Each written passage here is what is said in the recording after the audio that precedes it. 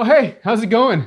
In today's video, I'm gonna show you how I made this accent wall you see right behind me here. I got a list in the description of all the materials and the tools that I used to build this, so go check that out. Also check out the Guardians Guild. We're opening up the membership on May 1st. Pretty excited about that, so check that out in the description. And if you guys like these kinds of build videos with free plans and lists, please like, subscribe, comment, share. It really helps the channel out and allows me to make more videos just like this. This was a pretty cool build. It was for a family member and we got it done in one day. Super simple to do. So as soon as I'm done playing the guitar here, we'll get started.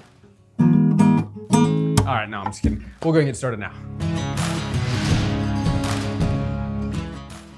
So this accent wall is actually a birthday present for my father-in-law. I'm gonna try to get it done in one day, start in the morning and get it done before he gets back from work. So I try to do everything in an order so that it's working with me, and things like caulking and paint are drying while I have other things to do. So first up, I'm gonna take this DAP Fast and Final spackling, and I'm gonna start patching all of the minor dents or holes that might be on this wall. After that, if you don't want to remove the trim from the wall, this was going to add a lot more time to the project. Also, there's a good chance of damaging the wall and damaging the trim if I was going to take this off. So I opted to just put some masking tape, some extra wide masking tape underneath the baseboard there. And then using a drywall mud blade, it helped me push that tape well underneath the baseboard so that no paint would get on the carpet. You still want to be careful if you're doing this to do light coats of paint. That paint can seep down underneath and get on the carpet. So just be careful if you're doing it this way.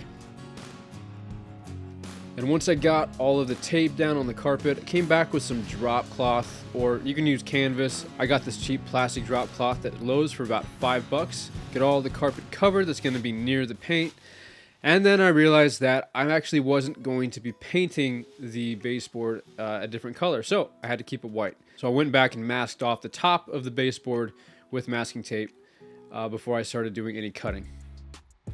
Speaking of cutting, I realized when I started to cut the ceiling and the sides of the wall that the boards I was going to be putting up for the accent wall were actually going to cover all of this. So it just would have been a waste of time to go ahead and cut all of this. So I skipped that step, and by this point the spackling had dried, so I took some 220 grit sandpaper and just slightly smoothed out all of the spackling and made sure the entire wall was nice and smooth. The paint I'm using for this accent wall is Bear Marquee in the color Little Black Dress. Its finish is a flat matte. So I did some cutting around the light switches and the outlets and along the bottom that I had masked off with the tape.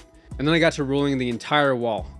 I like to roll in 4x4 foot sections, one on top, one on bottom, and then use long, light, smooth strokes to blend it all together.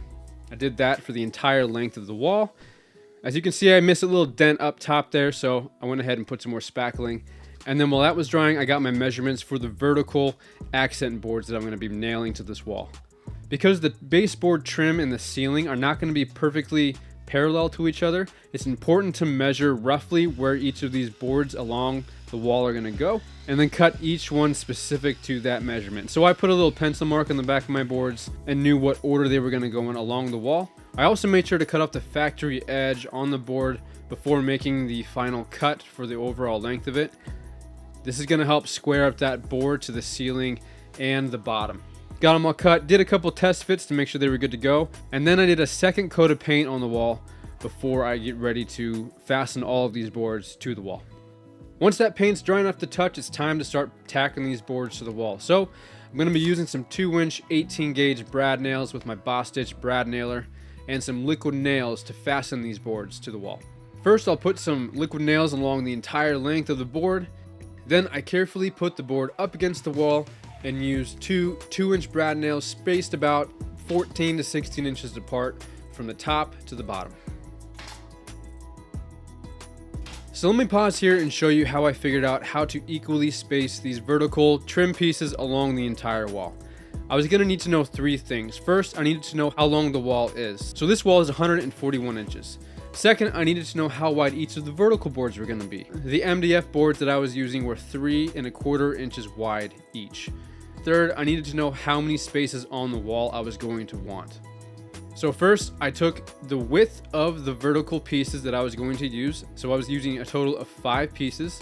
So I did 3¼ times 5, which got me 16¼ So then I took the length of the wall at 141 inches.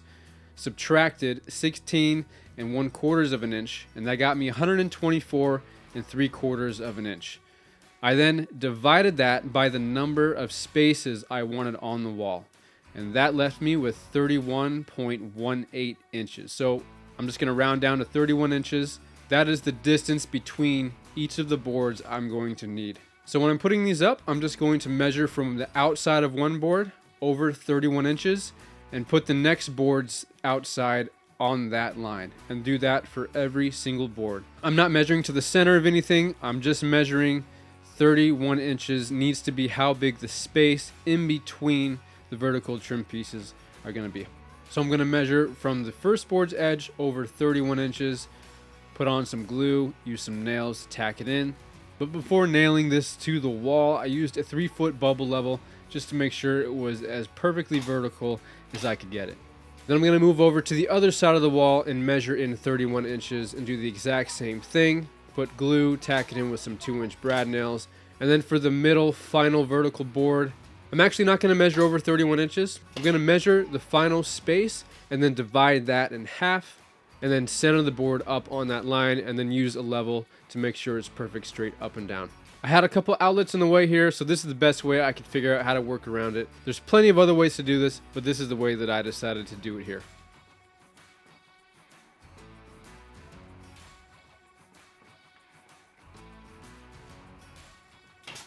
So for the top horizontal pieces, it's pretty simple and straightforward. I'm just going to measure every space between the vertical pieces. They're all going to be a little bit different, so I measured each one individually, wrote them down, and then went out to the shop, cut them all to length, brought them back in, did a quick test fit before using glue and nails to secure them all to the top. Once all 4 top pieces were done, we moved down. I chose to come up from the baseboard 33 inches. I then did the exact same thing, measured each gap between the vertical boards, wrote them down, cut them all in the shop, brought them back in, and used glue and nails to fasten them to the wall. To make it a little bit easier on myself though, I did cut a scrap piece of wood, exactly the height that I needed the trim to sit, and then use that to space everything correctly. This definitely speeds up the process.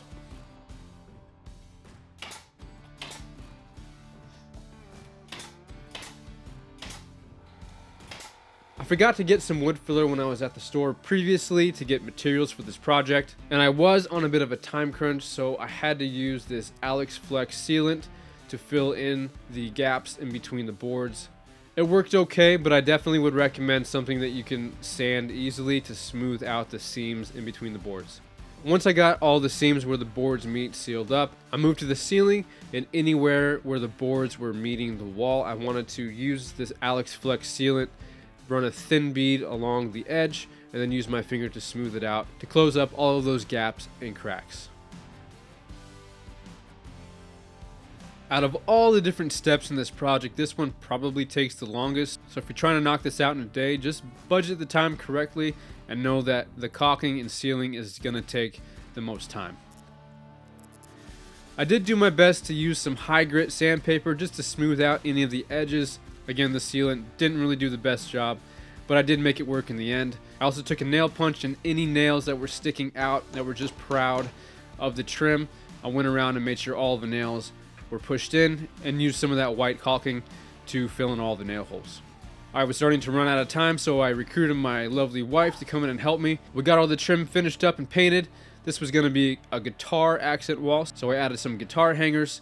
Quick tip here, if you're using drywall anchors, I highly recommend not using the ones that come in most packages with the hanging sets. Go ahead and just buy these separate at the store. They're going to be way overkill weight rating wise, but the thicker anchors like this are not going to destroy the drywall, and they're not going to spin in there when you're trying to put a screw in. I also wanted to paint the outlet covers and the light switch cover, so just took some high grit sandpaper and sanded off the high gloss finish on all 3 of these pieces and gave them a couple coats of paint. And would you look at that? I love it when a plan comes together. Simple, quick, one-day build, and we have ourselves a fantastic looking accent wall in the basement. The bad news though is that my father-in-law actually didn't like it at all. It was the wrong color, he said. So, no, I'm kidding. He loved it. The whole family loved it, and it was a great surprise for him. If you guys like this video, I bet you like this one right over here. So while you guys go watch that one, I'm gonna get back to playing my guitar.